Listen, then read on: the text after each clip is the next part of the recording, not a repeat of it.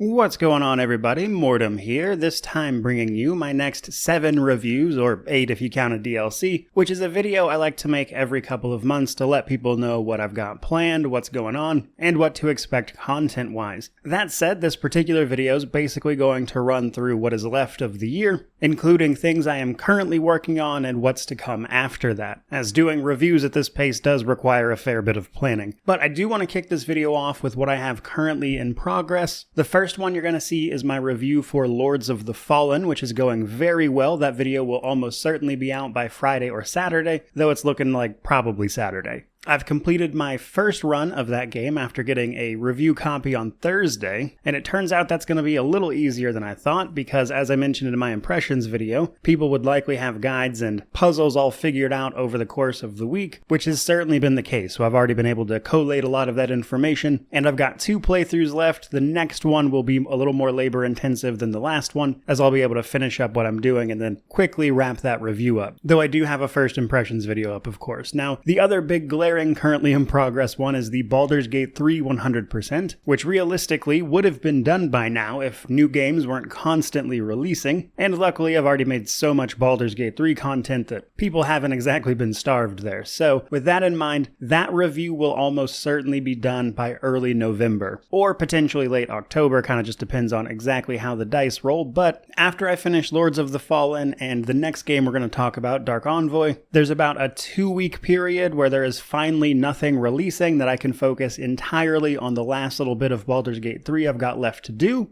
which is the last few origin character playthroughs and then a final solo tactician run. So that's what I have currently in progress, but let's talk about what is yet to come. First up, we have Dark Envoy. This is launching in just a little over a week on October 24th, and this game has been a long time coming. This was originally due out in like 2020, but got hit really hard by all the COVID delays. I've talked about it many times, so I'll keep it a little bit brief here, but this is a sort of mix of real-time tactical strategy games on top of some more traditional CRPG play, blended together in a bit of a unique way reminiscent of their initial title, Tower of Time. Dark Envoy puts you in the role of 2 siblings leading a party of companions you'll get as they navigate a war between humans and elves on a distant planet that humans only recently arrived on. Pretty interesting premise, excited to see how that one pans out. I've been waiting for it for a very long time. And like I said, this is next up right after Lords of the Fallen, before I then take that break for BG3. However, after that is done, my next review is likely to be Colony Ship, from the makers of The Age of Decadence. Colony Ship is out on November 9th as it finally got an official release date after having been in early access for some time. I've made a few videos on this in the past if you want some more formed thoughts, let's say, but it is a CRPG that puts you in the role of someone living on a generational ship that is headed to colonize a distant planet. You won't be on that new planet by any means, but you do have to live on this ship in the meantime. And the game is all about sort of navigating that situation, and it's got a lot of really interesting premises that I've, again, covered in other videos, so I'll save some of it for the inevitable review. But overall, it looks really cool. The Age of Decadence was a fun, but ultimately very rough around the edges style of game, and it looks like they learned a lot of lessons from that and are trying to apply it to this new game. So I'm excited to see it, as it's been shaping up very well in early access. Following that, we have Broken Roads on November 14th, a primarily narrative RPG set in post-apocalyptic Australia, or as I'm sure the comments will tell me, just Australia, that makes use of an interesting sort of worldview karma system that changes your character's moral compass as they play through the game, and that will lead you to different routes. And thankfully, through their various demos and previews that they've put out, I've gotten a good idea of what this game is already. And while I will say some sort of tertiary systems like combat in this instance for the narrative RPG primarily here, almost certainly won't be as fleshed out as something that is focused on combat like an actual tactics RPG. I still enjoyed what I've played of it, though realistically a lot of it's going to come down to how interesting the narrative is in this narrative RPG, which is what I'll be checking out there. The premise, though, is pretty interesting. After that, we have a little bit of a break in terms of full games, but there is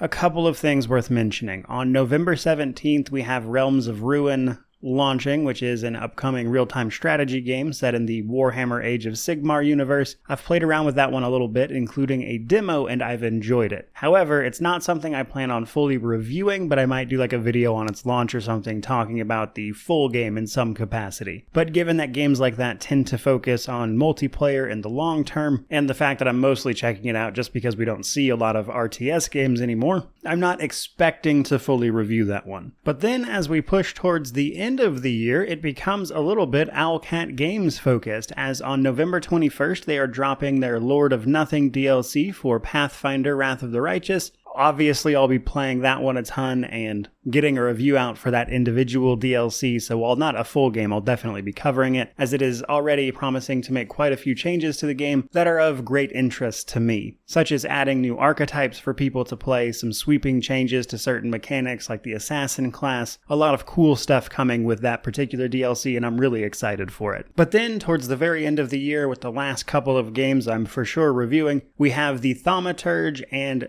Warhammer 40k Rogue Trader, which are releasing just within a couple days of each other. The Thaumaturge is releasing on December 5th, and it is a story-driven RPG with a lot of moral choices that are centered around these salutors, or these demons, that we have to track down and sort of tame and handle. Against the backdrop of 1905 Warsaw, we'll be investigating these sort of paranormal disturbances, tracking these salutors down, more or less bonding with or capturing them to then use and aid our future investigations. So a really interesting blend of story-driven choices alongside these occult elements that will also be in the form of turn-based battles, and it has my interest, though it is very unfortunate that that releases so close to Warhammer 40k Rogue Trader, because outside of Baldur's Gate 3, Rogue Trader is the game I have been the most excited for all year. As soon as the release date was announced, I've been covering the alpha, the beta, and much like Baldur's Gate 3, I'll be covering this game extensively with likely mini guides and looks at various mechanics and things, as Owlcat Games makes the kind of CRPG that I particularly enjoy. So if push comes to shove, I will almost certainly be focusing on Rogue Trader, depending on how long the Thaumaturge is, because Rogue Trader is at a minimum going to take 3 playthroughs to see each of the pass through the game that take the form of its conviction system, which is like a worldview or moral choices you can make throughout the game that sort of represent your options and pass through. So I know at a bare minimum I'll have to play it at least 3 times, which luckily, unlike Baldur's Gate 3, I'll have an entire month to devote to, because Rogue Trader is pretty much the final game releasing this year, as of now at least, that I'm definitely going to be covering. However, a full-blown CRPG set in the world of Warhammer 40k, which I've been learning a great deal about since this game was announced, has me especially excited. So it's going to be a fantastic way to cap off the year, outside of doing the, of course,